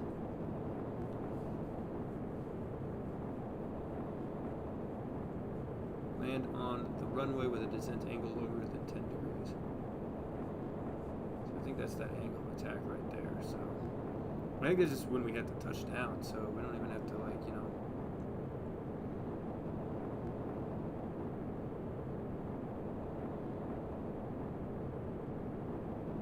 Start really picking up speed here.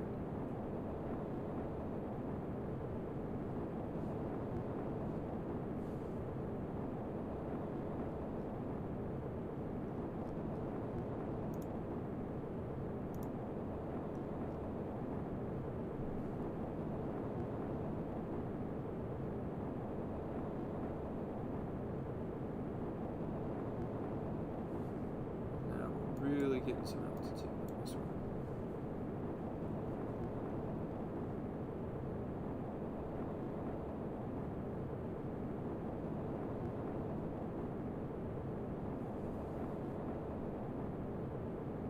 Just want to see what kind of altitudes we can achieve with this thing.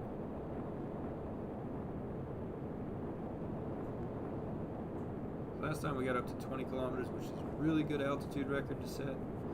Like this, I mean, we're doing tests, so might as well see what we can do. Oh yeah, that's right. I sped time up.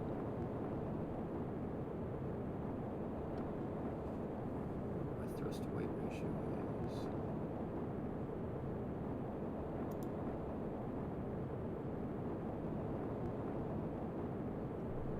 Alright, we can definitely reach above the safe altitude of 30 kilometers.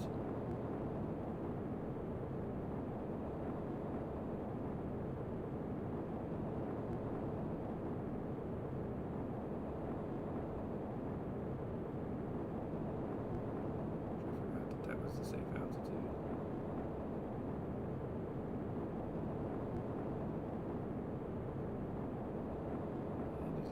Up.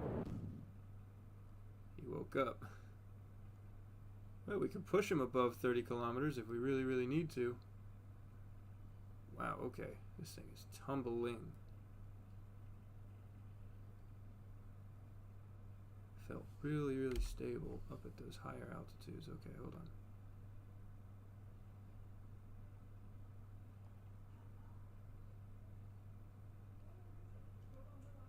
Reverse rudder and push the nose down.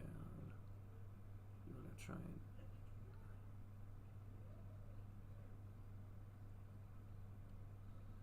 there we go. Hold on. Almost got it. It's definitely going to be okay. There we go.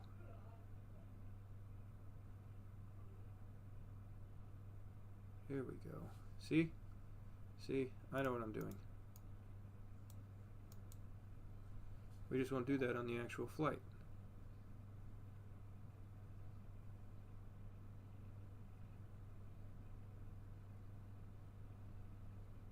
Gently pull up at Mach 1.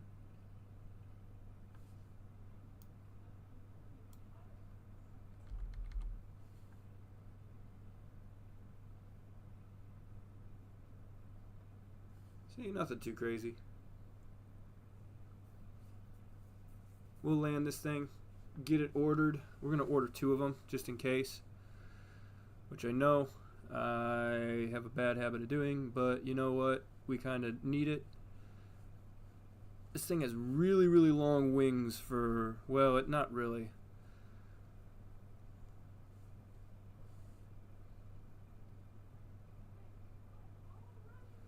Everything kind of looks bigger because we have Kerbals rather than humans.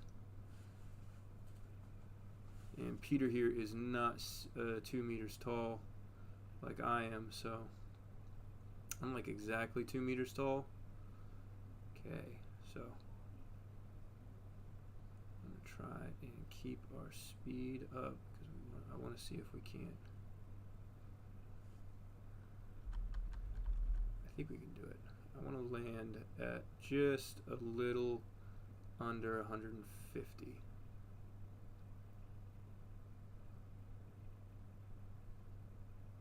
So this thing really retains energy really, really well, which is nice. But it's also not nice when you're trying to come in for a landing and you're like, hey, let's slow down.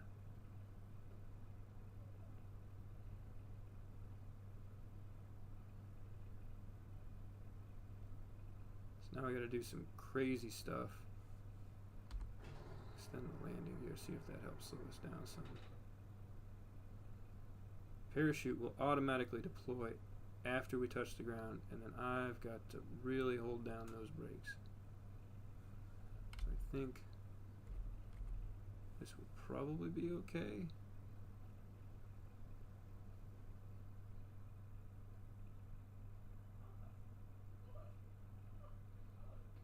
Hopefully it doesn't break the landing gear.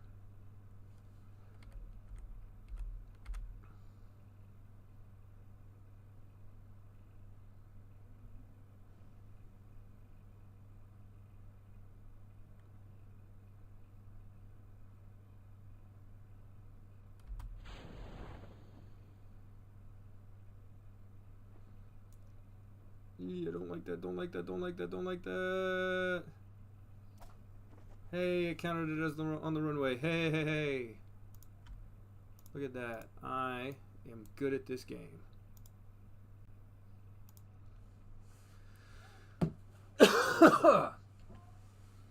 And 150 seams. I didn't see any markers that said that it broke the landing gear, so we'll run it as is. We'll just make sure that we don't do that again. I want to make sure. Just one last check, making sure. Nope, we're good. It's pretty close. I could, if I really, really wanted to, move the wings back, and that would probably be fine. But I don't really want. I mean, I don't really. You know, it's really, really close. Help with stability issues. This will probably help out a lot. So anyway, that is the Bell X2. Let's tool the whole thing and purchase.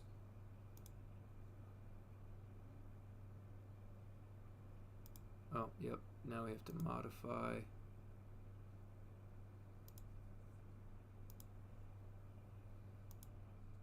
Finish these modifications, order 2 of them, and end the stream there, right at 10 o'clock. Anyway, while I get this stuff done, I hope you guys have enjoyed this stream. I'm planning on trying to stream every day for the next couple of days just to see what else I can do, just to, you know, give myself something to do and to get myself playing Kerbal Space Program more often. Go ahead and check in on me every day at around 8 o'clock is when I'm going to try and start streaming here on YouTube. I was originally planning on streaming on Twitch, but I don't really care for Twitch all that much. I don't even care for YouTube all that much, but Twitch I especially don't care for. So anyway,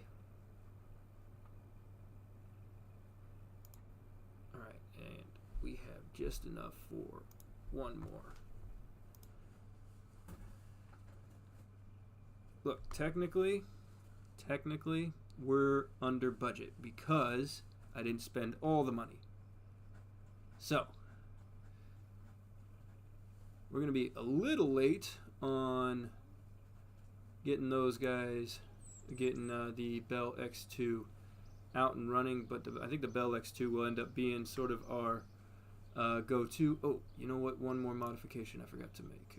So this one, let's scrap that one. Let's edit this one.